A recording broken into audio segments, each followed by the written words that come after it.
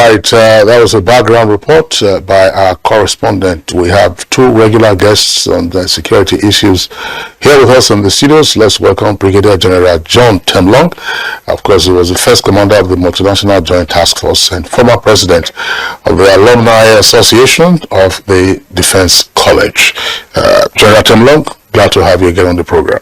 Thank you very much, Kingsley. Good morning, Nigeria. Also here, another regular with us, Dr. Kabir Adamu, a security risk management expert. Kabir, glad to have you this morning. Good morning, Kingsley. I'm glad to be here. And then from Kaduna via Zoom is Samuel Aruwan, Commissioner for Internal Security and Home Office, Kaduna State. Good to have you on the program, Samuel. Thank you. Good morning, and I'm happy to join you today. Thank you very much. And also from Gusau via Zone 2 is Ibrahim Dosara, Commissioner for Information, Zamfara State, and he's joining us from Gusau. Thank you so much for joining us, Dosara.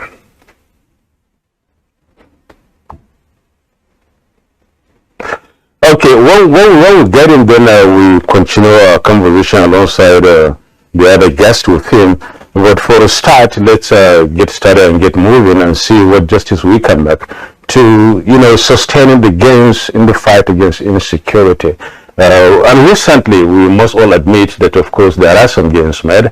And, of course, the bandits, the terrorists, and, all those negative elements in the society have been traced and chased to where they are. They've been not having it easy. Let me start with you, Kabir Adamu. Can we have a sense of these gains? What are these gains really, and how much talked about it? Why are we really, celebrating, or rather talking about the gains so much without looking at exactly what they are in tangible terms? Thank you, Nadabu. To your question, why? First off, security is at the forefront of everybody's, existence, as it were. And this government, the APC government, both in 2015 and then in 2019, wrote on security as one of its focal points to win election. Now, of recent, there has been a lot of concerns regarding certain developments in the country. And I think the Kuje incident was a wake-up call for both on the government side and as well as on the generality of Nigerians. This happened on July 5th, as you recall, when the Kuje Custodial Center was attacked. And unfortunately, a significant number of the inmates at that custodial center were freed. Now, being that custodial center is in the Federal Capital Territory, and the fact that the attack was successful, coupled with the fact that a few months back, precisely on March 28, a train that left Abuja on its way to Kaduna was also successfully attacked. Till date, I think about 25 of the passengers of that train are still in the hands of the abductors. So then within that period again, there was the attack on the convoy of Mr. President in Katsina. All these are significant incidents. In the southwest, there was the attack in Owo, correct my pronunciation, that attack too was significant. And the fact that the attack was associated with a terrorist group also created a lot of national furore. Now, following the Kuje incident, a few diplomatic embassies here in Abuja released statements that were quite concerning, indicating their concern regarding the Federal Capital Territory. Now, this is the seat of government. Around the same period, the presidential guards were also attacked, ambushed in two major incidents that led to the death of some of the personnel that were within those convoys. So very concerning development, and I think that is as to the why. 2 days ago, about 4 or 5 cabinet ministers held a press conference. I think it was called an international press conference, where they met the media and presented facts concluding that there was a significant progress in terms of the government's achievement with regards to security.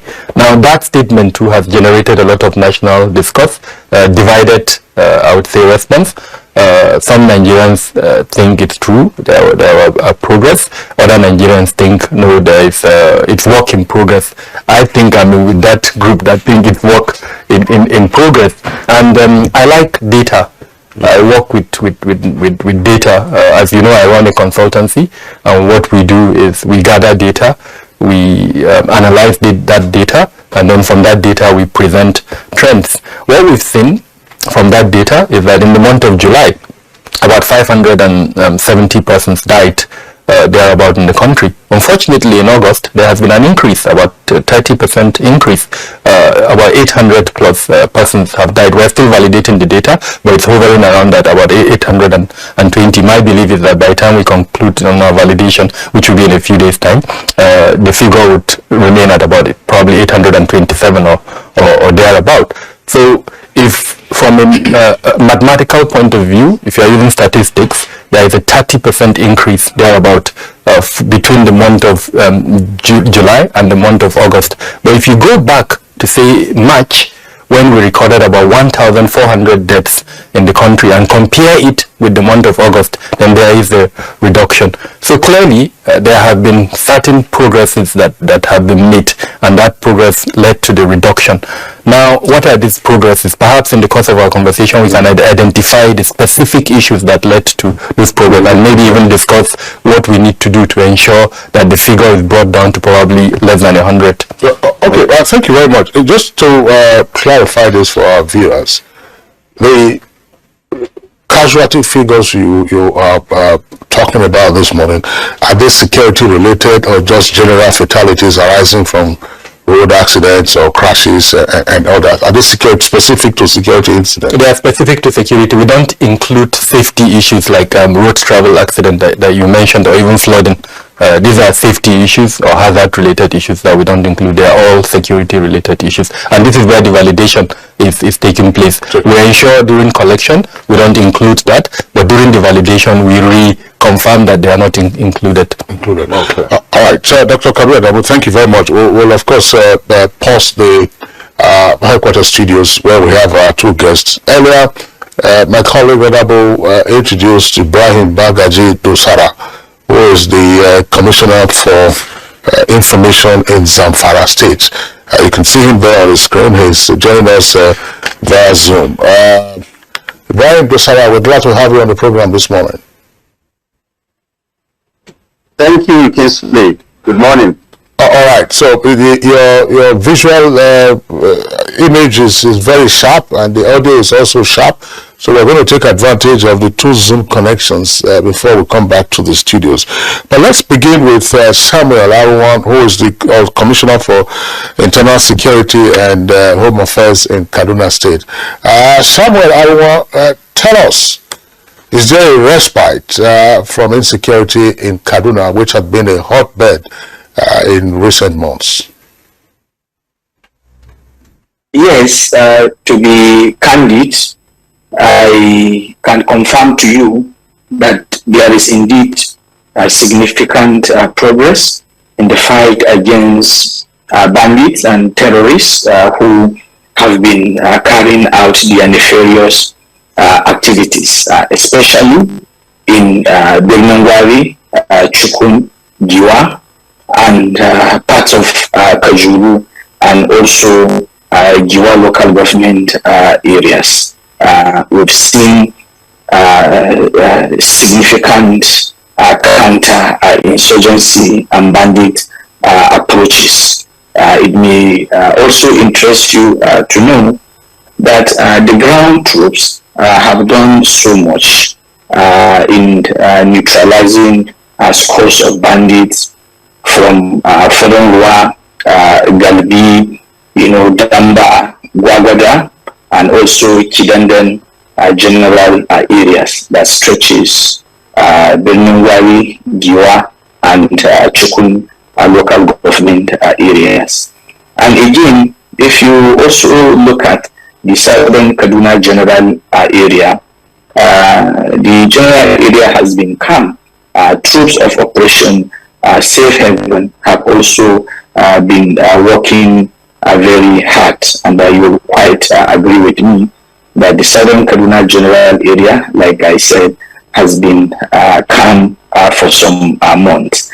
The same thing again, if you look at the Kaduna-Abuja road. Kaduna-Abuja road is very strategic in view of the fact that it links the northern part of the country to the federal capital and also southern part of the country. Within the last 2 to 3 months, we have not recorded significant incident on the roads that straddle about 3 local government areas. We've seen a lot of synergy. We've also seen a lot of deployment of troops. The Operation Thunder Strike has been strengthened. The Operation Wild Punch also are doing so much, added with the air components of the different operations. So I agree with what my brother, Dr. Kabir Adamu, said. I concur with him. There is indeed significant inroads in view of what we have experienced in the past. And furthermore, if you recall, Kaduna State government has been talking about the intersection between the Boko Haram and the bandits, and we saw the culmination of their intersection on the 28th of March 2022, when the train that left Abuja for Kaduna was attacked. Now, within that, before that period, there was no significant inroad of taking the battle to the hideout of these bandits and terrorists within our boundaries with Niger State, Zamfara, and Katsina. But within the last 1 month, I can assure you, I can confirm to you, troops have made inroads into those enclaves, and they are also holding ground in the general area, denying the terrorists and bandits freedom of action. So I think they deserve our commendation, they deserve motivation. We are not living in denial. Once we see progress, we should be able to acknowledge the progress. And when you look at the impact on education, healthcare service delivery, social cohesion, food security, and rural economy, I think sustaining the gains that we are recording now is very important, and we are optimistic that the operations will continue and simultaneously in other frontline states. Oh, thank you so much, Samuel Aruwan, Commissioner for Internal Security and Home Affairs, Kaduna State. Let's move over to Zamfara State and then hear from Ibrahim Dosara, Commissioner for Information of the state. I'll pose the same question to you and then maybe get your perspective of the gains being talked about, so much talked about now, and how so far, I must add, is Zamfara State compared to weeks and months in the past. Tell us more. What's the sense of the gains made, if there are any anyway? Okay, good morning, Nigerians. I'm very glad to inform Nigerians that there is progress in Zamfara State, for the fact that northern Zamfara is relatively peaceful, and what we have is the southern Zamfara, that we have the trouble areas. But I can confirm to you that Maradun, Birnin Magaji, Shinkafi, Zurmi, Sate are relatively peaceful. These are the areas that form part of northern Zamfara State. But areas of Dans Adau, Anka, Gumi, Bukwi, Maru are relatively not peaceful, as we do have a kind of guerrilla war with the bandits in the areas. We have 3 major forests in Zamfara State that housed the bandits. We have the area we call Munhai, which borders most of these states, Kaduna, Niger, Sokoto, Kebbi, and this forest is the one that housed predominantly the bandits we have in this part of the country. And most of these people have another forest that they serve as transit, where whatever cattle they rustled, whatever people they kidnap, they move to that forest. And this forest is called Gando Forest. The Gando Forest is bordering Gumi, Anka, Bukwim, and parts of Biriningwari, and then link with the Mohai Forest, which is the main forest for the bandits. And this is where the military is now striking very seriously, especially the air components that started the operations from Kaduna State towards this part of Zamfara, where the bandits are predominantly staying now. But like I said earlier, in the northern part of Zamfara State, we are relatively peaceful in Zamfara State. But the measures we have put in place have significantly contributed in making the success and the progress we have in Zamfara State. We are very glad to tell the public that, one, the security measures we have taken to recruit 9,500 security watch or community protection guards have significantly contributed. They have been helping the security agencies to work day and night to ensure that communities are protected, bandits are prevented from attacking the communities. And two, the other measure we have taken, where we said there is this intelligence gathering committee has seriously also helped, where we are getting a lot of information about the bandits movement, their influence, their activities, and so on, and we relate to the security, and they quickly take action, and it is seriously a pain because all the movements of the bandits are being observed and noticed, and security are following them wherever they move. And we have also a standing committee, security standing committee, which we recently established, that is working in collaboration with the communities, in collaboration with the security, to ensure that no mayhem is inflicted on communities. And also there is the prosecution committee which we have established, and this prosecution committee is following any arrests that is made by the police or the security, community protection guard, to ensure that those arrested are prosecuted according to the offense they have committed, and based on the constitutional provision and the executive order signed by His Excellency the Executive Governor.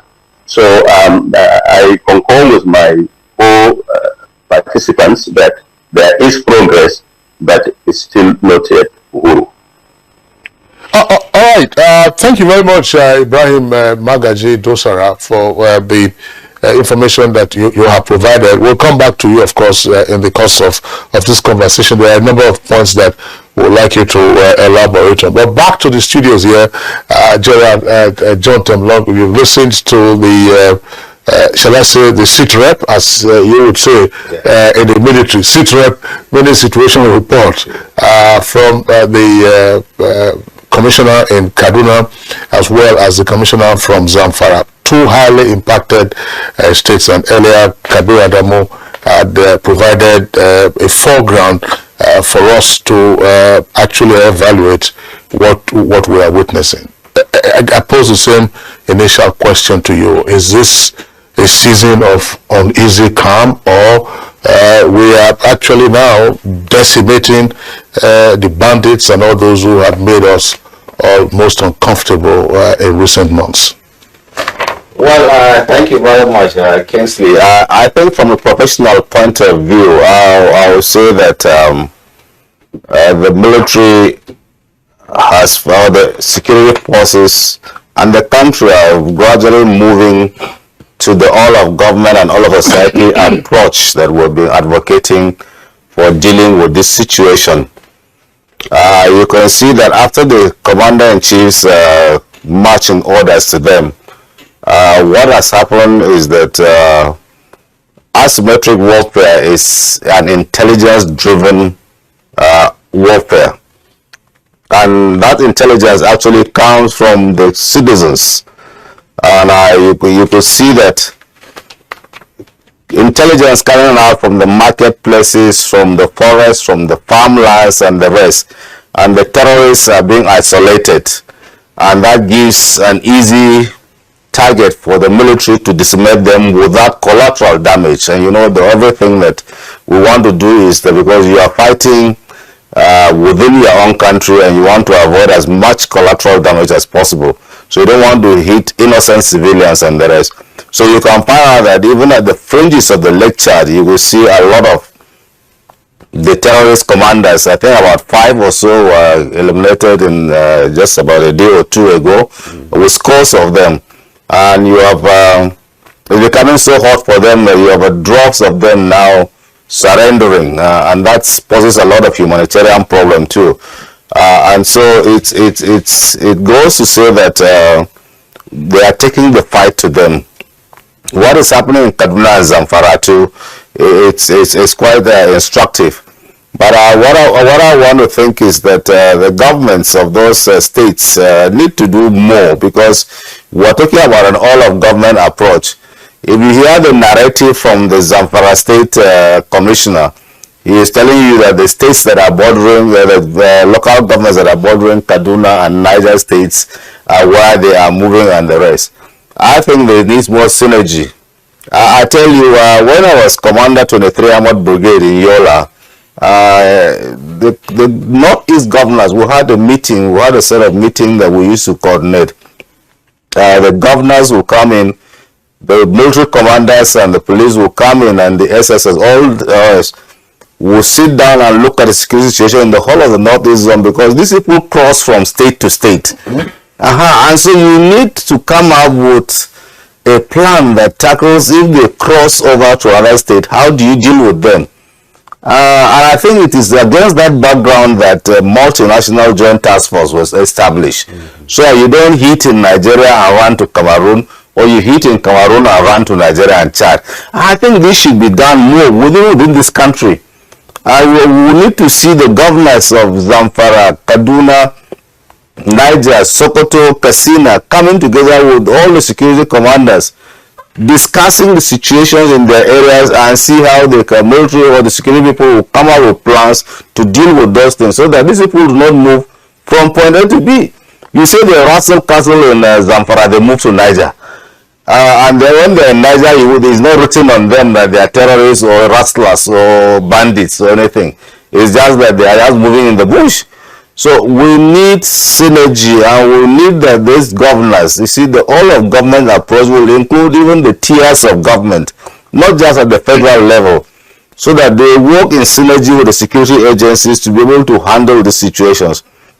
And once you're able to isolate them, it's easier for the military or the security forces to take them off. But the important thing is that you must get intelligence, you must isolate them. And I've said it time and over again that they don't leave off the ground. Whether they're in the forest or anywhere, they come back to buy food. They come back to buy fuel. They come back to buy parts for their machines. They come back to buy medications. They come back to buy drugs, or people supply them. So these are veritable ways of gaining intelligence on them. And so we must be able to get this thing. They spend so much money on intelligence, and we should spend more. In fact, we don't really need to spend more, but if our citizens are patriotic, then the citizens must take up. That's the all of society approach now. Because once the citizens are patriotic, citizens will be able to make concerted efforts to find out where they are, their habits, where they are buying foods from, who they are, and the rest, and make these reports. And this will be translated into credible, actionable intelligence that will lead to their decimation. And I think what we are doing now is we're getting there. You could see it's part of that all of government approach that you found that the ministers came together to give that conference, at least to reassure the citizens and the country that they are working in synergy, they are working together. But I think they need to up it more. We need not to drop our guns. The problem with the terrorist is that he has all the time in this war. So if you give him respite, he will rebuild and regroup. So there should be no resting for them, no respite at all. We should continue hitting at them hard and hard. And once you do that, the citizens will be more reassured in the way that they will continue to be sending credible information and intelligence that you need to hit them. No, so, General Temlong, please repeat that again. I think that is very significant because that's why I asked earlier, is this an easy calm? Can we sing the victory song at this time? But what you're saying now is particularly important. I believe so. Yeah, I think what we need to do is that the security forces must not relent. They should press on the fight.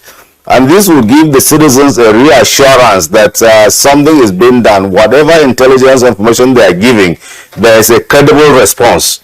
And that way they will volunteer information themselves, because once there's a credible response and they are seeing results, they will do that. And that will enhance the all of society approach that we're talking about. So there should be no respite at all.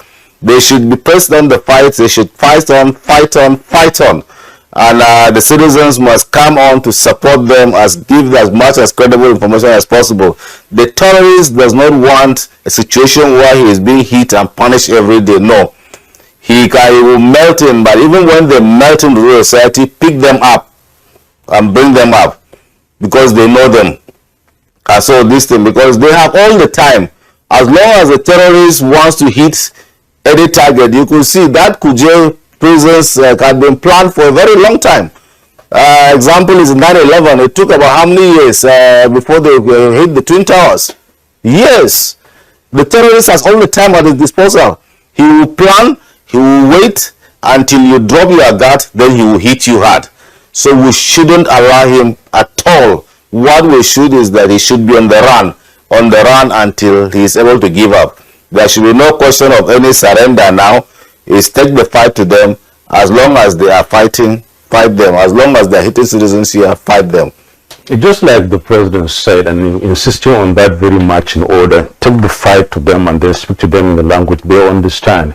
Ibrahim Dosara, I would want you to really react to some of these issues raised by, Major General, rather Brigadier General Temlong. He specifically mentioned his, when he was in Yola as a brigade commander, and of course how they used to meet, and that maybe evolved into what is called the multinational joint task force, as it were. And of course he was the first commander of that very multinational task force, joint task force. Now, if these bandits operate along Niger, Zamfara, Kaduna axis, and once you hit them in one forest, they run to the other forest, wrestle cattle are moving. And the second item is, of course, as they move too, they become, in need of certain requirements, which forces them to go into the cities and towns and then get them by force or by whichever way.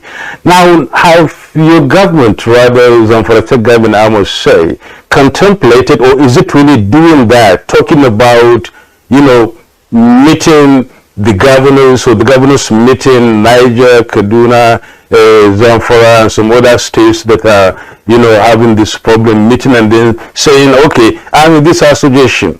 We are now here, and I'm hitting them in Zamfara State.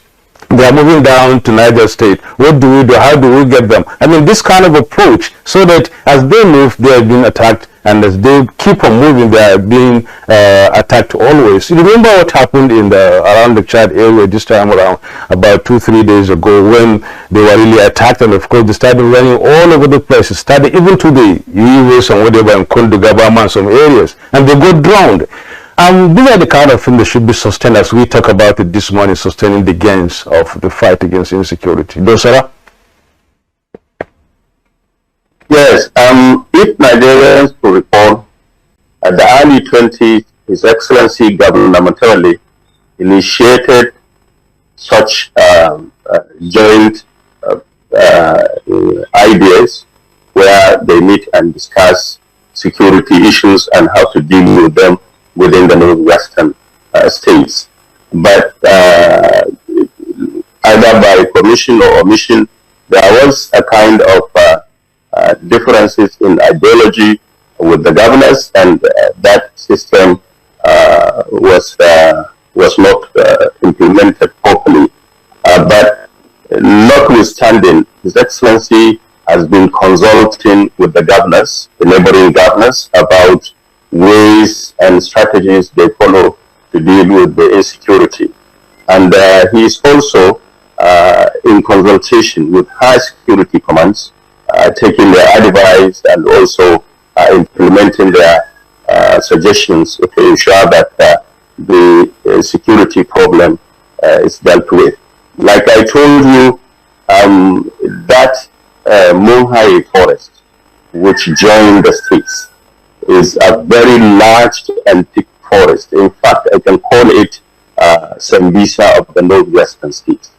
That area is a terrible area for the states, and unless that area is dealt with squarely using air and land components of the military, this problem will continue to exist. So the idea of coming together is being implemented, but not in the way it's supposed to be, because the governors are having different ideologies on the fight against the bandits. That's one problem. The other problem is the issue of conflict entrepreneurs, which we must deal with. You have to examine, how do these bandits get their weapons? How? You have to block the ways of getting weapons to the bandits. And secondly, how do they get their daily needs supplies, ranging from food, ranging from alcohol and other dangerous drugs they get, which make them crazy and start killing people. You have to block all these doors to ensure that the whole issue of banditry is dealt with in this area. But no matter how the governments come together, no matter how they strategize, if the doors of getting the weapons and the conflict entrepreneurs are not dealt with, this problem, I'm sorry, will persist. Okay, Dosara, thank you very much for the comments that you have raised. The issue of conflict entrepreneurs is one we will deal with in the course of this conversation. But let's bring in again Samuel Aruwan, the Honorable Commissioner for Internal Security and Home Affairs in Kaduna State.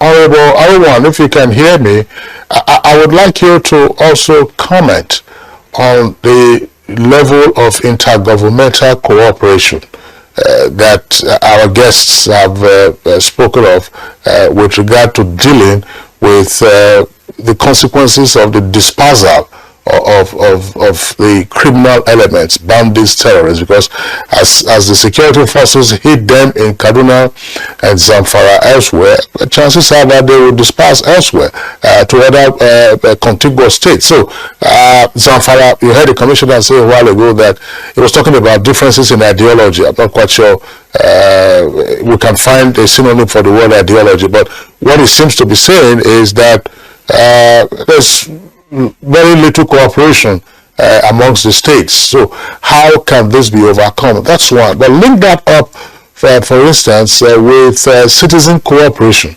How much citizen cooperation has been galvanized? Because it was embarrassing some months ago when some states, including Katsina, for instance, placed an embargo on movements as well as shutting down petrol stations, and we found that civil defense officers were arresting women who were carrying petrol and other supplies in all kinds of receptacles, including bags that are normally used, jute bags that are normally used for rice, and so on and so forth. So in Kaduna, for instance, how much citizen cooperation are you getting, and how sustainable is that, and what can be done to ramp up intergovernmental collaboration?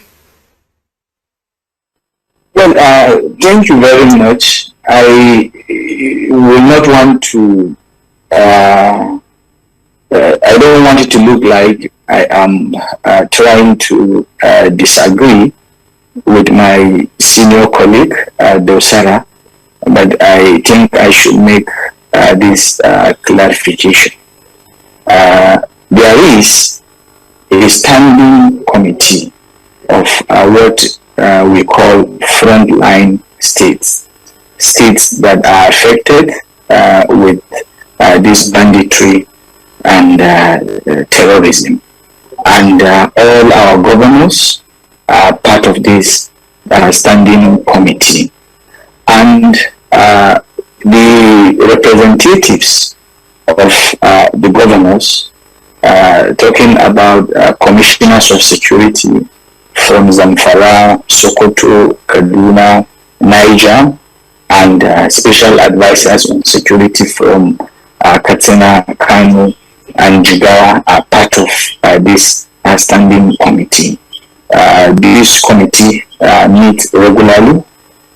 We do peer review, we meet physically, apart from the fact that there is a platform which we communicate 24/7.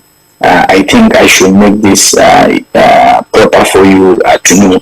The Commissioner of Security and Home Affairs in Zamfara State is a member of that standing committee. What do? We share intelligence. We do a lot of peer review. Added to that, there is another standing committee that comprises heads of security agencies in the front line states, the commissioners of police, the director of state security, the garrison commanders, that is on the side of the army, and the same thing on the side of Air Force, because we have two divisions in the northwest and Niger State in north central. One division in Kaduna covered Kaduna, Niger, Kano, and Jigawa, while the 8th division in Sokoto covers Sokoto, Kebbi, Zamfara, and also and Kaduna State. So we are not working in different fronts. We are working together. We are interacting together. It may interest you to know. Last week, an ex-soldier who was ferrying arms and ammunition from Nasarawa was intercepted along Kaduna Abuja roads. That was as a result of our synergy that we have on the ground. Yes, we have differences. I think some of the differences that we have is around the area of saying we are going to sit with bandits, we are going to negotiate with them. That is the area that we are having differences. But in the general note, we have standing interaction where we are exchanging information. I feel I should say this so that I will put the record straight. Now, coming back to the issue that you are talking about, what are we doing in order to mobilize citizens' engagement or citizens' involvement? We are doing a lot of things.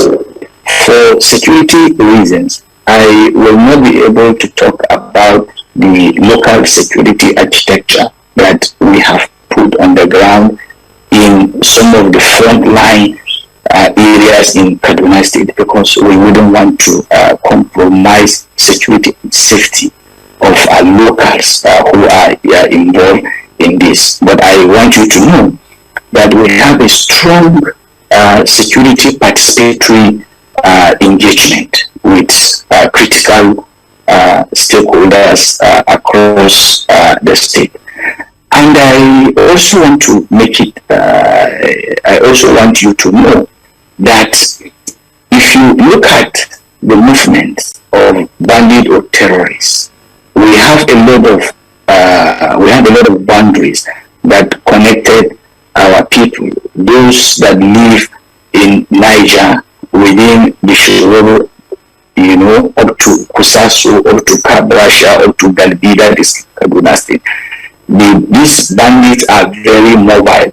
They are highly mobile. So we have a mechanism on the ground that involves security agencies and government getting information about their movement. But like I said, for some reasons, I will not be able to say more about it. But the long and short of what I'm trying to say here is this: there is indeed cooperation.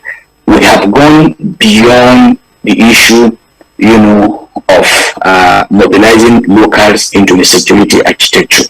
What we are also looking at is the relocation of some of these terrorists who are relocating to the northwest. And I also want you to know that the northwest, if you add Niger State, is almost half of the country in terms of land mass. Niger State is about 76,000 square kilometers.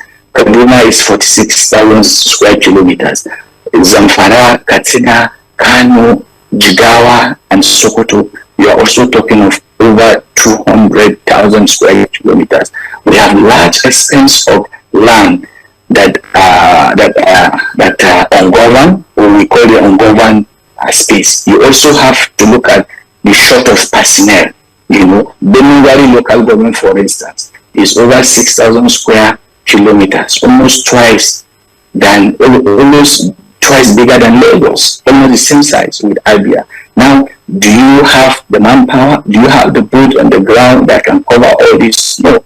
You also have to look at the issue of the weather.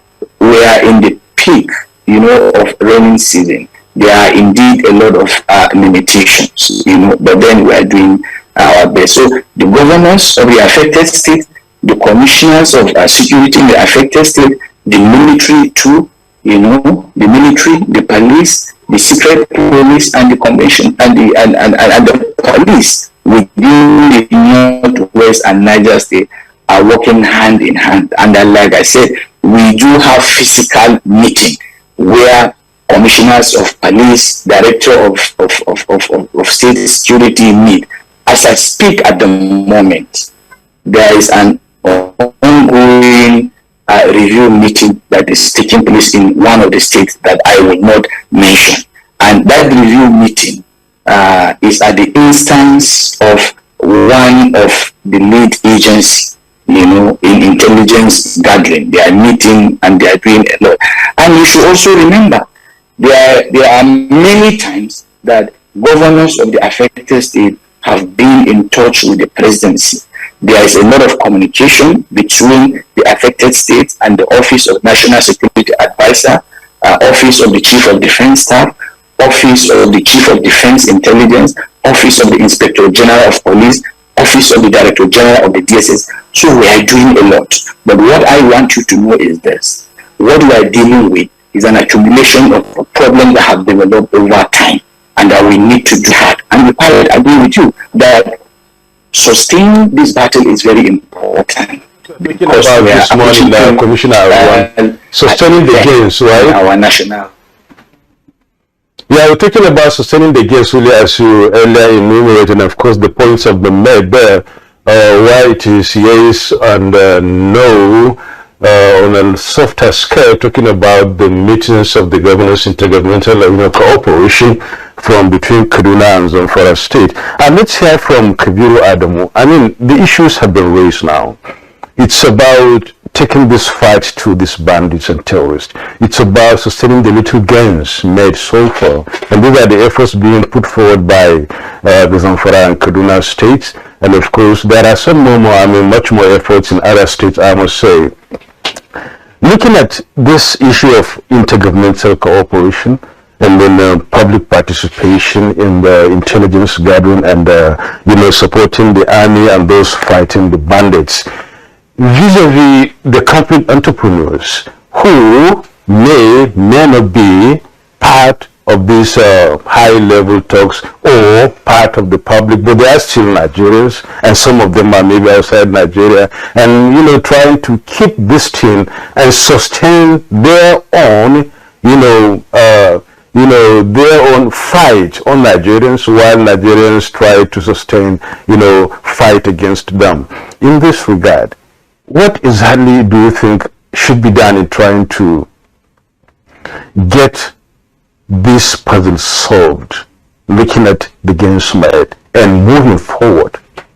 Thank you, Nadabu. I would mention one word twice. Intelligence. We've been talking about that every time you are here. Exactly. I can't escape you saying that. Exactly.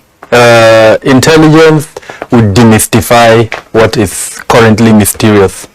We are talking about conflict entrepreneurs. They are not ghosts.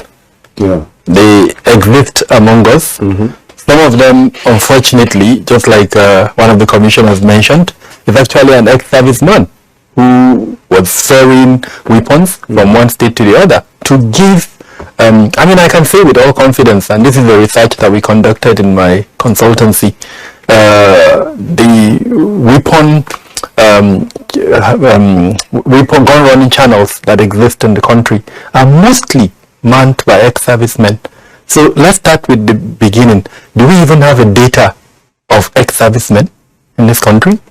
Unfortunately, no, and General can correct me if I'm wrong. Maybe the military has, but I doubt even if the military's data is comprehensive. By that, I mean, do we know where they are at the moment? Do we know what professions they're doing? Remember, they've been trained in weapon handling. They've been trained in certain components of tactics of warfare, as well as the one that worries me, sabotage. Because if you are trained and you understand defense, national defense and national security, it's very easy for you to turn that into working against the state. So if we don't know where they are and if we don't engage them like other countries do, it will be very easy for our adversaries to engage them. Now that is where intelligence comes in.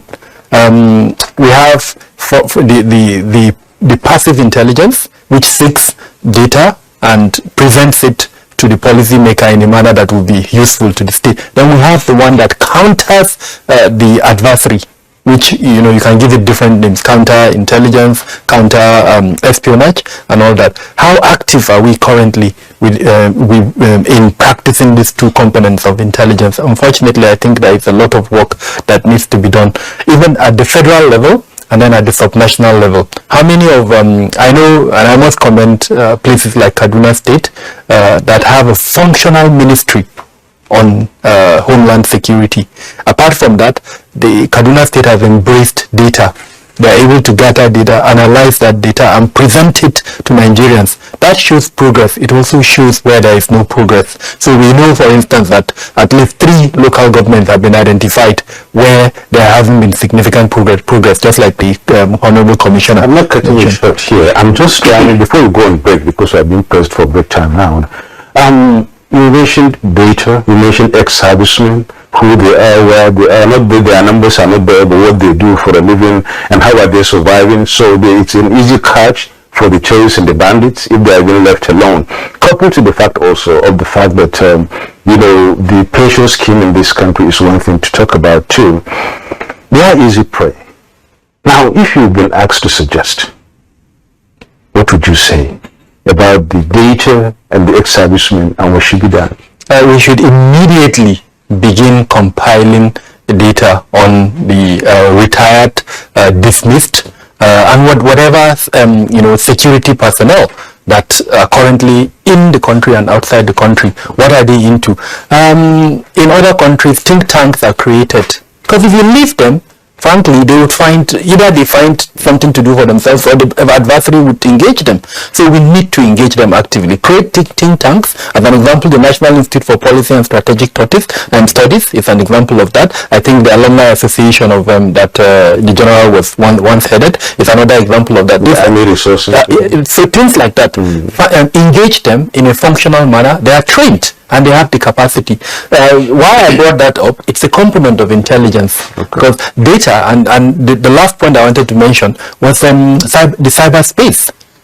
Today's world, we have evolved beyond even the physical space where we coexist at the moment. The cyberspace is being used by the adversary. How do they train their members on how to couple IEDs? Most of it is in the cyberspace. So we also need to enhance our capacity, and that brings me to the last point, the point of the Ministry of Digital Economy. We are yet to incorporate that ministry into the national security architecture. You are living witnesses that a few weeks ago, the minister, in a public statement, said the security agencies are not harvesting the intelligence that exists within his ministry. So we have to find a way. I'm not sure of the solution at the moment. We could create a separate department and hand it over to the military as a neutral body to ensure the protection of the information that would come from our harvesting of data within the cyberspace. The reason why I mentioned the military is there is concern, because if you harvest data, especially in a political setting like ours, it could be used against to achieve political purpose. So we have to find a neutral body, and that's why I'm suggesting the military as one of the most neutral bodies that we have in the country at the moment. Okay. Dr. Kabir Adamu, thank you very much for the points that you have raised, and happily General Temlong is here. I should say this before we go to short break, Nadabo. It must have been a couple of years ago.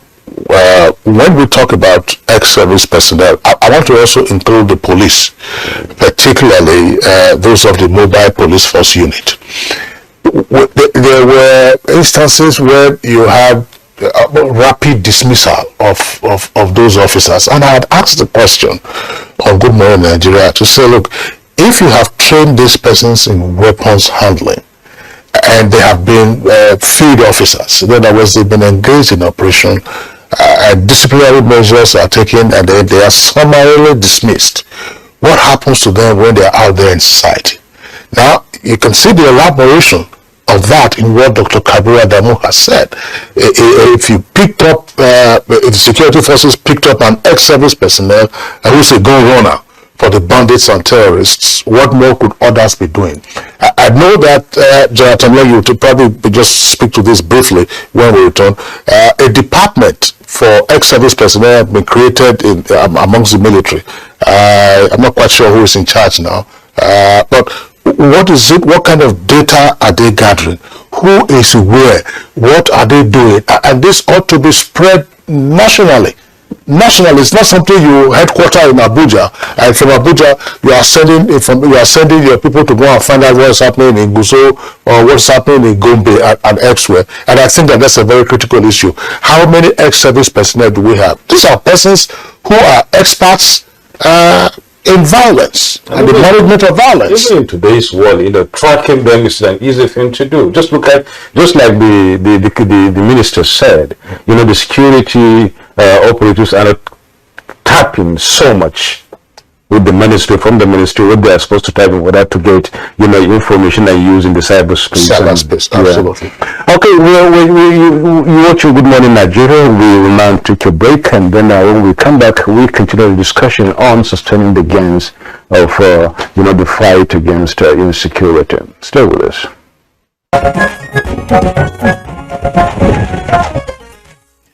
All right, you're welcome back, and it's still Good Morning Nigeria. We're live on NTA's network service, broadcasting from our Abuja headquarters studios. All our four guests are still with us.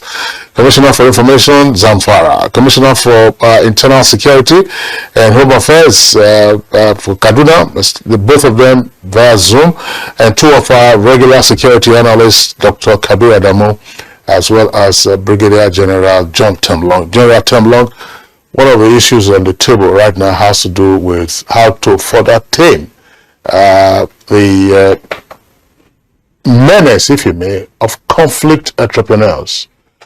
Conflict entrepreneurs important in terms of supply of illegal personnel. That's to say, recruitment of the personnel who will carry out these acts of banditry or cattle rustling. They're also important in terms of financing. And then they are, of course, also important in terms of access to weaponry. And one of the aspects that Dr. Kabir Adamu raised has to do with the role of ex-service personnel. Have we given sufficient consideration to this? And if we haven't, is it time to begin to look more closely into that category of persons? This is not a general law on ex-service personnel. They've served the country, but there are some loose cannons amongst them. Well, thank you very much, Kingsley. I think this is one of the most important issues that has been burning some of us, the senior retired persons. It appears Nigeria is being penny wise and pound foolish. There's a lot of intellectual properties out there reposited in the retired personnel. A lot of them have combat experience, having served in ECOMOG, having served in the multinational joint task force. Some, even the Civil War veterans are still out there. A lot of them are better trained because they train even the crop of officers, because some of them train in about 5-7 countries abroad. Some of us, the present crop, but have not gone to that. They don't have that opportunity. Now, there is what the military came up with, so the government came up with, called Security Debarment Allowance, SDA. Security Debarment Allowance is primarily meant for the government to hold that intellectual property that has been deposited in you, that you will not use it against the state. It becomes a government property. So the training that you have given me, that I cannot use it against the state. The state will hold me responsible. So the state buys it from me and allow me only to use it for the good of the state. Now, you found out that there are some agitations here and there that they are not paid, people are all these things. But I think this is one of the ways that government can term this distribution of knowledge that is out there in the ex-servicemen, that you must pay them the security debarment allowance, buy off this intellectual property that you have spent taxpayers' money to train us, so that we will not use it against government. And if you do, because there will be a law, if you do it, you have infringed certain things because it's already a government property. So you cannot do it. So you are cutting one source from them. So even the training of the terrorists, supplying them information and supplying them even the weapons and the rest. Because you'll be surprised, how are these people using a lot of these sophisticated weapons, stripping them, assembling them and the rest? Somebody out there might have had some knowledge to train them on it. You just don't just buy a machine gun and know how to strip it. You don't buy an AK-47 and know how to strip it.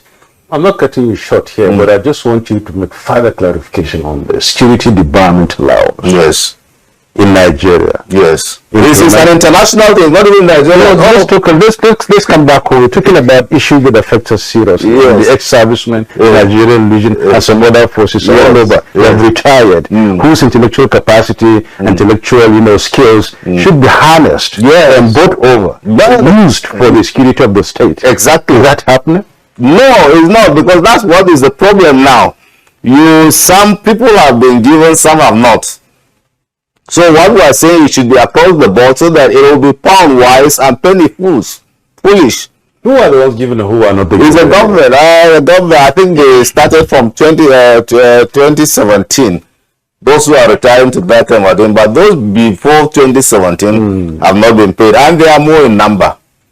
So it meant then the government must harvest and harness this intellectual property, which they spend so much taxpayers' money in training, and they have so much experience out there in the field in dealing with this sort of situations, either within or outside the country, to stop those things. Once you do that, you have some work to catch somebody. And two, in the defense reform, we recommended that the Veteran Affairs Department should be aggregated to a whole department in the Ministry of Defense. And these are part of the things they're supposed to be doing. The Ministry of Defense, there is already what it is now, is a small department under the Director Joint Service. But it's supposed to be, because in abroad, in the US, is a whole minister in charge. Yes, everything about. So you have data, their hospitals, their management, everything are kept. And the specialization, where you know who to plug. Yes, when you need certain things, not doing that. yes, you need who to plug, you need who to take, who to guys, come here, do this, do this, do this. So it's a complete setup that you have. So it's a ministry, almost a ministry in itself, in Pentagon with a minister. Now you need to upgrade our own even to a department level here. This was recommended by the Reforms Committee. And so that should be done, because we are moving dangerously into a situation that the crop of young men that are living now, they are less patriotic than we. Because we had our own training right from youth. We were trained to be patriotic. We started building the spirit of nationalism before independence. Now you're having a crop of people who are now coming with the Yahoo situation. And as far as they're concerned, anything goes. Money is, anything else is money. Whether it is good or bad. And so when this crop comes now and take over from those of us who will extinct, then you are going to have more serious security problems in this country. So they need to be tamed. Yeah, they need to be tamed. Yeah, General Temlong, Kabir Adamu, and then our two commissioners who are still with us for this conversation. We want to thank you for the perspective that you brought on. Obviously, there are many more ramifications to deal with. And just to say that the security debarment allowance will be, it's something what about the equivalent in common law will be what we call restraint of trade. Restraint of trade is a contractual agreement whereby an individual will say, yes, I will not carry on a certain business.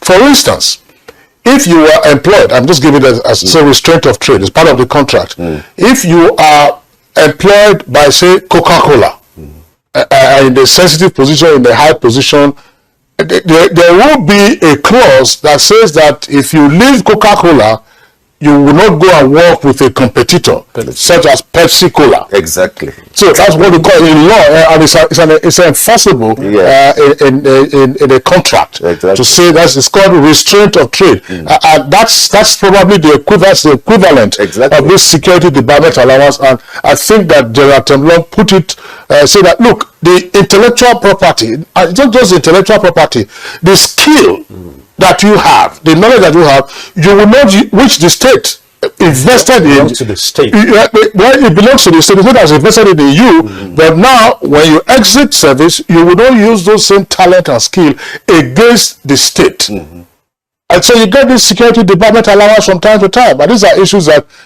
we should continue to ride on. And I believe that we're going to have a follow-up conversation on this issue. The commissioner in Zamfara, very quickly, if you are there, Dosara, tell us,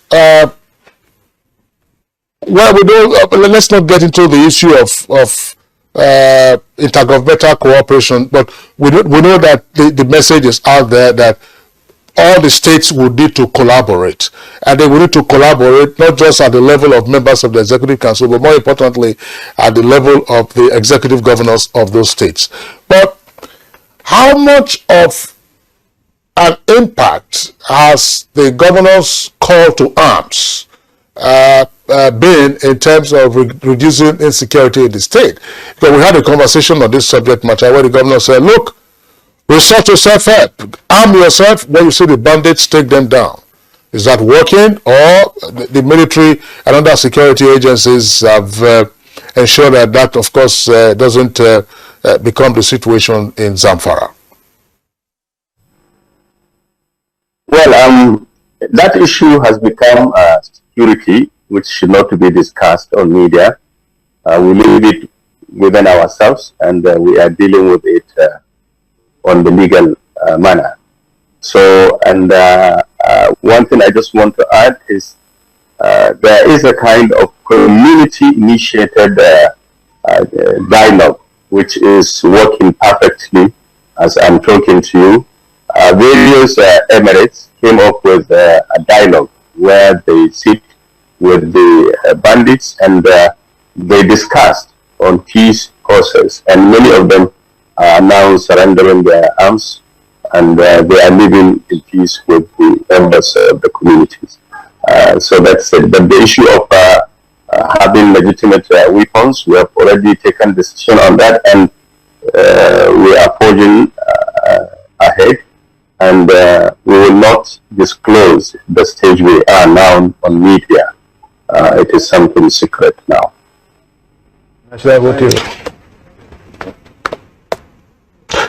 All right, thank you so much, Ibrahim Dosara. We're pressed for time now. We should be rounded up, but all the same, I want to hear from Samuel Aruwan, maybe in 60 seconds. looking at the gains made so far, as you've already pointed out, and the sustenance of these gains so far made.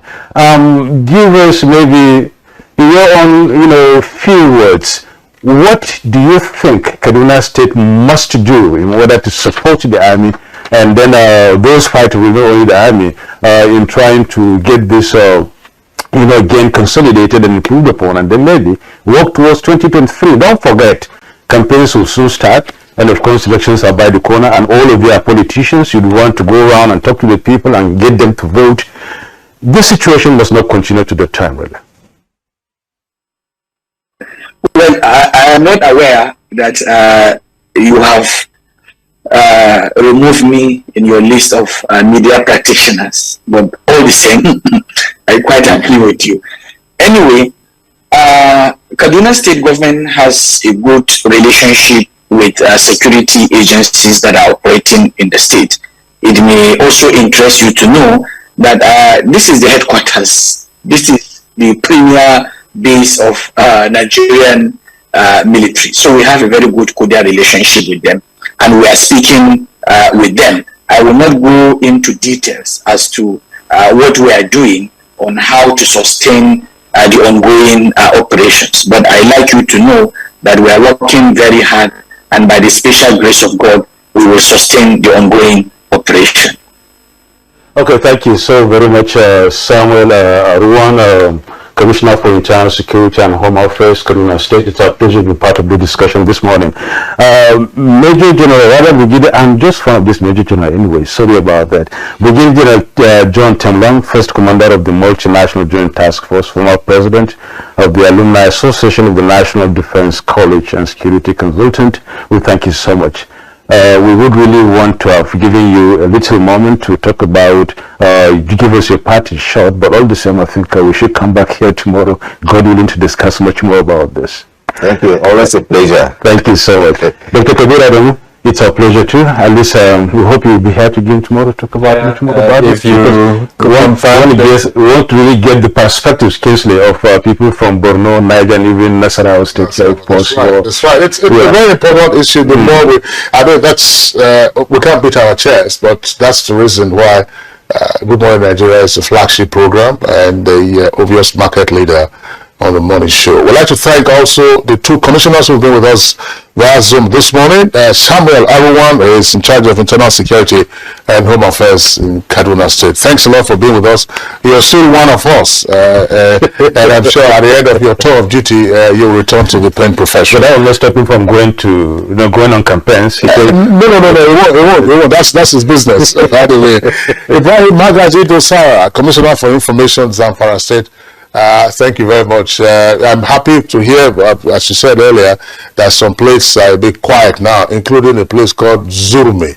I used to be in love with that name, and I'm still in love with it.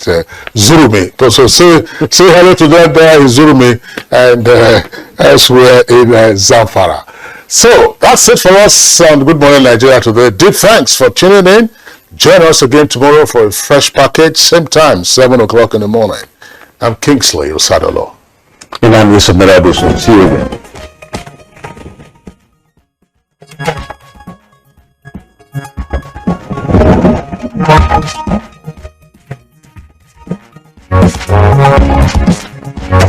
Those were excerpts from the first part of our conversation on this subject matter yesterday. And happily, two of our guests yesterday are also joining us today. They are our regular analysts on security issues. So let's first welcome back to the studios Dr. Kabir Adamu, who's a security risk management expert. Dr. Adamu, glad to have you back to the studios. The pleasure is mine. Good morning. All right. And also here with us in the studios, we haven't seen him for a long time. He's been pretty busy in the field, field politics, field also in terms of his oversight. Honorable Abdul Razak Namdas, who is the chairman of the House of Reps Committee on the Army. Honorable Namdas, we're glad to have you this morning. Thank you so much. Good morning, Nigeria. So, we're not offering the mic here. I know that Honorable Namdas is here. We will not off the mic. But let's bring in Dr. Kabir Adamu. Dr. Kabir Adamu, of course, you listened to the accounts by the other three guests against the backdrop of what we discussed. But a takeoff point for me would be at the issue that has been of considerable interest to you, which you have also ventilated on Good Morning Nigeria and asked for greater synergy amongst the 27 odd entities that relate to intelligence, security, and defense in our country. In other words, interagency cooperation.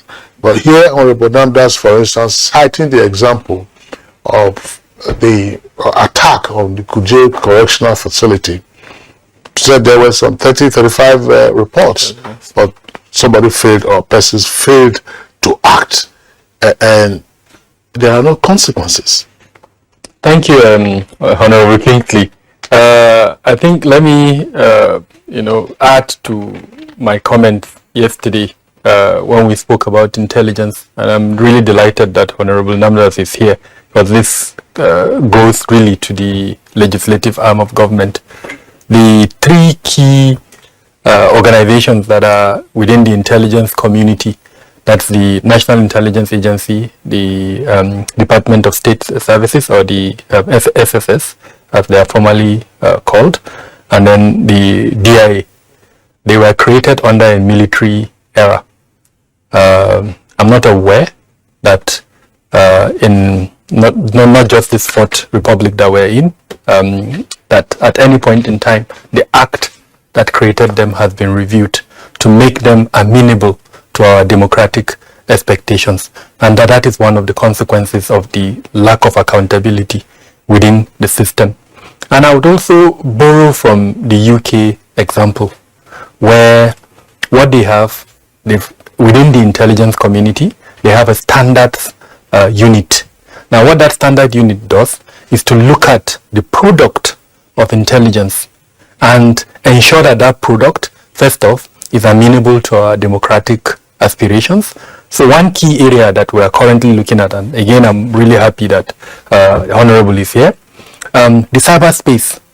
There is a need for us to enhance intelligence within that cyberspace. A lot is happening within that cyberspace, but there is a concern for me and for a lot of people within the civil society space. How do you empower the security agencies to have eyes and ears within the cyberspace, and without using that product to achieve political objectives? In other words, how do you empower SSS to be able to listen to conversations on GSM platforms, as an example, and that they don't use that product to attain political objectives? Remember, the DGSS is to an extent a political appointee, the NSA is a political appointee. So that is where the standards unit comes on board, to now ensure that there is a level of neutrality among members of the intelligence community.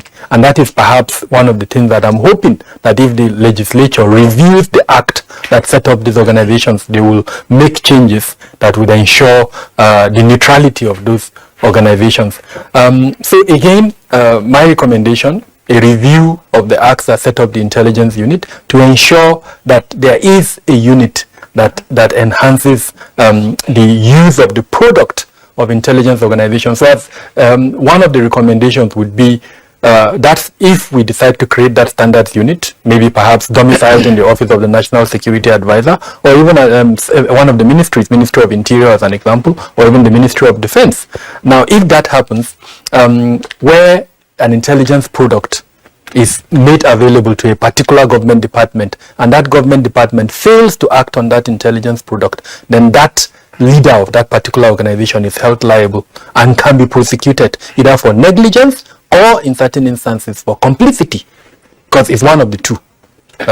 He could be accused, for instance, of sentiments that allowed him to not to act, and in that case he's liable.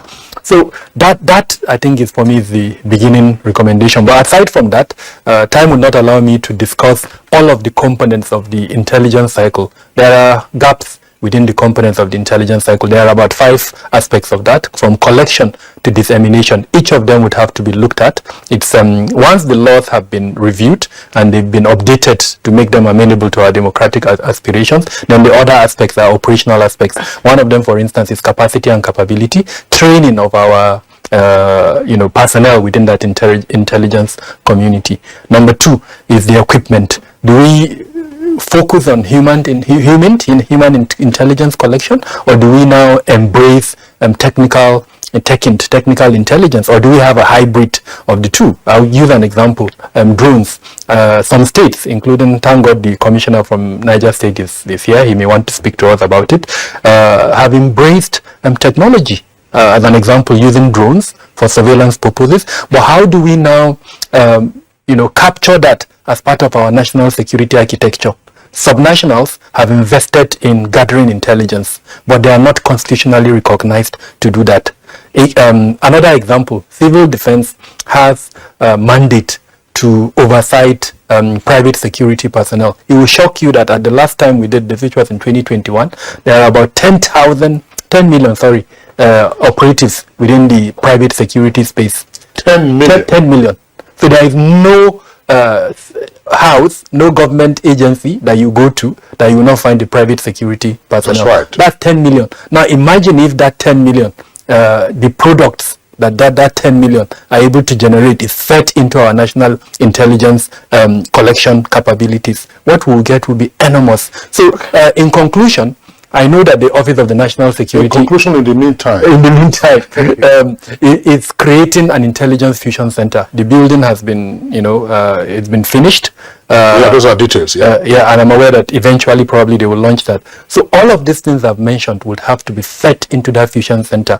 And then if, the legislature goes along with my recommendation and a standard unit is created, then perhaps this issue you mentioned will stop. Finally, within the laws that even exist now, there are components that have not been implemented. The existing act says we should have an ombudsman within the intelligence community. That ombudsman has not been appointed. But would that ombudsman not be the equivalent of the standards unit that you're talking about, in a sense, in the UK, for instance? The way the current act is legislated, or rather, I think it was framed under the military era, it would not, he or she will not play that role. We'll have to change it. The role he or she will play, if that person is appointed, is to look at, yesterday we spoke about having a database for retired personnel. So he will play that role. For instance, those of them with grievances, the grievances will be addressed. So it will reduce the tendency for them to, give their services to... Okay. Thank you. We'll come back to that because there are some points that you raised that I would have liked you to clarify. But for now, let's go to Jos, where we have Brigadier General John Temlong, first commander of the Multinational Joint Task Force and former president of the Alumni Association of the National Defense College, and of course a security consultant. Hence we are with him this morning. So of course you were with us yesterday. Good morning for today and welcome to the program. Good morning, Kirian. Good morning, Nigerian. I know you were here yesterday, and this topic was properly digested, and your submissions yesterday is a reminder of the fact that we need more professionals like you, who have left the scene, but still very active and who have the skills and what have you. But I'm going to ask you a question that has to do with the issue of a multinational joint task force within the West African sub-region that have been assembled. You are the first commander of that task force, and I want to know how effective it was during your time, and now what is happening with the task force. Are they bringing anything on the table in terms of successes being recorded presently by Nigerian armed forces and of course other multinational task force members? Now, what gains can you say that we have recorded by instituting multinational joint task force? Are we reaping the gains now that we are talking about successes in respect of fighting insecurity in Nigeria?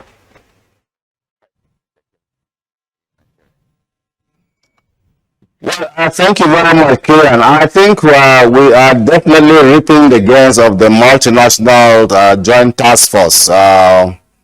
For instance, yesterday we discussed about the problem of where bandits will operate from Zamfara and cross over to Niger or Kaduna uninhibited, and there was no synergy between the governments of those areas. Now, what the multinational joint task force has done is to block those sort of things within the neighboring states. Meaning that if bandits used to operate from Nigeria and run across to Cameroon, but now when Cameroon came in fully on board, and the Chadians, the Nigerians, and Benin Republic, you found out that there was no hiding place for them. And so the freedom of action that they had within the border area were curtailed. There was no inhibition or limitation of troops crossing across borders, boundaries to go and attack or to follow up operations. That means then the area of responsibility of the various forces or sectors sometimes cut across the international boundaries.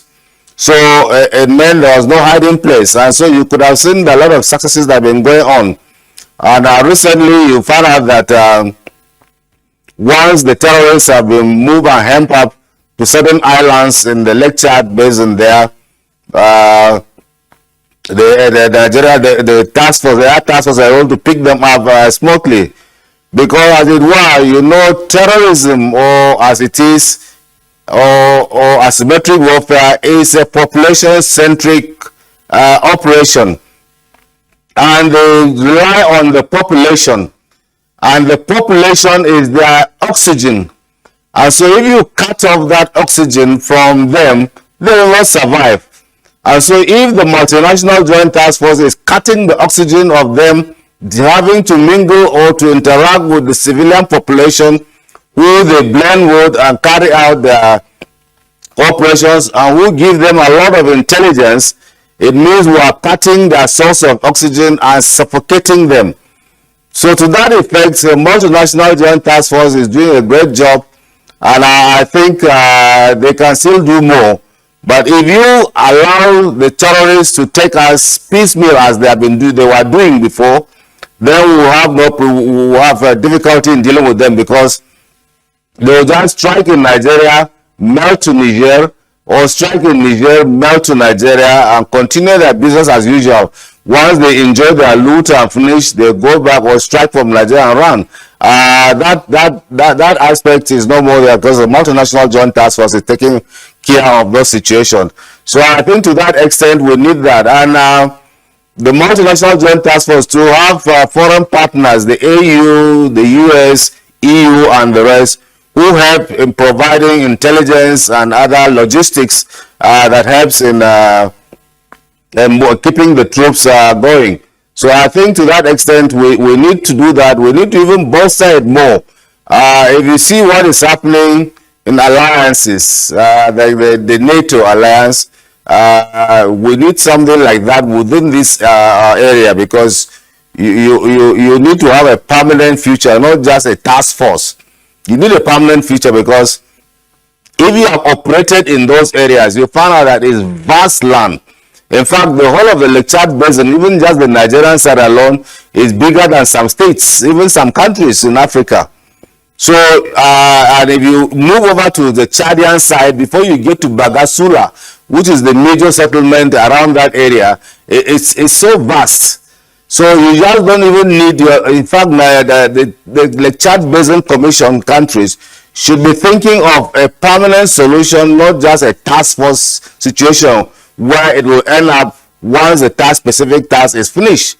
So I think we need to look at something beyond the Boko Haram task force thing. It has to be something that is sustainable.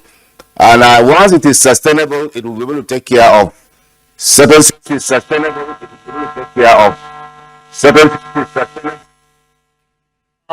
General John Temlong, I hope the audio is okay. As you were tapering up there, there seemed to have been some either reverberation or holdback. General Temlong, if you can hear me, I would like you to also pitch in on this aspect of the conversation. Now, yesterday, of course, you did say that it is not time for victory celebration over the insecurity in the country, but that sufficient gains have been made. This morning, Honorable Abdulrazak Namdas has also restated that point. Is it possible for us, for instance, to break down the value chain of the insecurity that we've been having, however categorized, whether terrorism, banditry, or kidnapping for ransom, and then say, look, for each of the categories in the value chain, this is what probably is likely to happen, this is what we have done, and this is what we should do. Let me give you an example from a layperson's perspective. For instance, personnel. If you say personnel, I mean the formal military and security forces who have their personnel. Those who get recruited into banditry or terrorism. Have we done enough to reduce their ranks and then to dissuade others from joining them? Are they insiders? In other words, are they Nigerians or are they foreigners? The other point will be financing. Who are their financiers? Have we disrupted the flow of finance? Have we picked up the financiers? Can we interrupt the flow of finance? And thirdly, weaponry, access to weaponry. Is it also possible to say that, okay, we have destabilized their access to weaponry, the gun runners are in the can and XYZ. So these three key areas, personnel, have we decimated their ranks, that they now become truly a ragtag and are unable to recruit to bolster their ranks, finance as well as access to weaponry. We can take that very briefly and then of course go on a short break. General Temlong. Thank you very much, Kingsley. I think the most important thing about personnel, when you decimate them, the whole thing is that criminality drives this, the whole process of banditry, of kidnapping, for ransom and the rest. There are mostly criminality. Now, you have so many youth out there who do not have hope. The system has made them not to have hope. And no hope, a person who has no hope is a danger to the society because he has nothing to lose. Now, you saw even yesterday where even those who are supposed to have been patriotic enough, who have served this country and have loved the military or the armed forces, and left on their own without so-called, without recourse looking at what they are doing, they are easy prey to be recruited. So when we decimate those people who they call their army or their soldiers, the moment you decimate them, there are 101 others who are ready to be recruited. So one, you need to block the sources of their recruitment. And how do you block the sources of their recruitment? Is to make sure that you make life in a way that is hopeful. If you look at the northwest, the northeast, you will see that the out of school children are so great. The Almajiri system is not helping. We are relying on traditional things which are not even religious to all those things. And so you are Malayache. People are doing this, people who don't have help. And then added to that, they have injected drugs into that. And so when you have drugs driving crime, you'll be able to have enough people to recruit. So when you decimate 100 today, 200 will be available for them to recruit. And then we need to guide, like we said, to make sure that we insulate the professional military who have retired from these people, because they are a trained body that are helped. So you must take back the intellectual property and say, look, we are paying you for it, our security department allowance will give you, you will not use it against the state. Now, if you look at the history of resilience in all countries, you find out that it is the citizens that rise up against criminality, citizens that rise up against terror, citizens that rise up against dictatorship. The Free France Army, during the Second World War, volunteer force of French citizens inside French who were sabotaging the Germans and providing intelligence to the armored forces as to the build-up to the D-Day landing on Normandy. So it all behoves now that we have enough of these people out there who can be used to organize and galvanize our population. You find out that you have a lot of these chaps who are now coming in as volunteers. You have the chaps in the northwest, northeast, volunteers. So these volunteers need to be given a little bit of training. You need to train the society too on security awareness, or how to build information and gather information and isolate bad people out of them. And these ready people who have been trained in the military are available, in the security services, in the police are available, who can be used to harness that.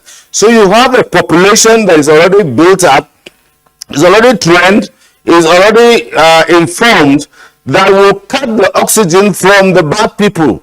So this way we need to take a holistic approach as to dealing and stopping the sources of recruitment. You decimate today, they are available tomorrow.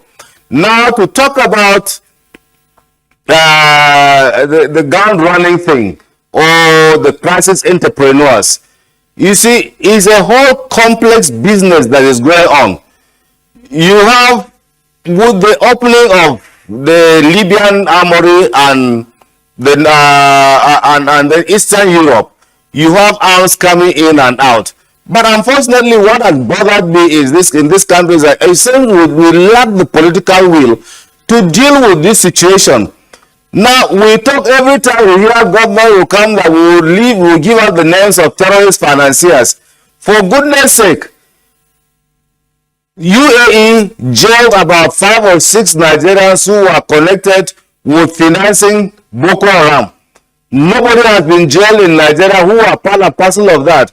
We had a situation that Beirut and Change were closed and the rest. Why are you keeping them secret? Nigerians should know those who are the bad people who parade themselves as either our leaders or parade themselves as the influential business people, and whereas they are crooks. We should know them. And so once you start doing that, everybody will start being afraid to be associated with evil, because there is no sacred cow. So I think what we need to do, instead of blocking even their financing, let's expose those who have hands. You start bringing all sorts of laws. The moment they were arrested in UAE, Dubai brought out their names. Who are those who are doing it here? Every time NFIU will tell you this, minister will say, EFCC will say this. He will tell you this. We will definitely return to you for you to complete what you've started. Of course, we are working with time, and we have to respect that a great deal. We're going to take a short break now. When we come back, we're going to look at the issue of equipping of the military. And of course, we have Honorable Abdul Razak Namdas here, with the chairman of the House Committee on Army. We've also talked about equipping the Army with relevant technologies, modern equipment, more armaments and ammunition to ensure that they are adequately armed to face the terrorists, whom of course we know have all manner of war equipment that they have deployed in Nigeria. We'll take a short break now. When we come back, the program continues.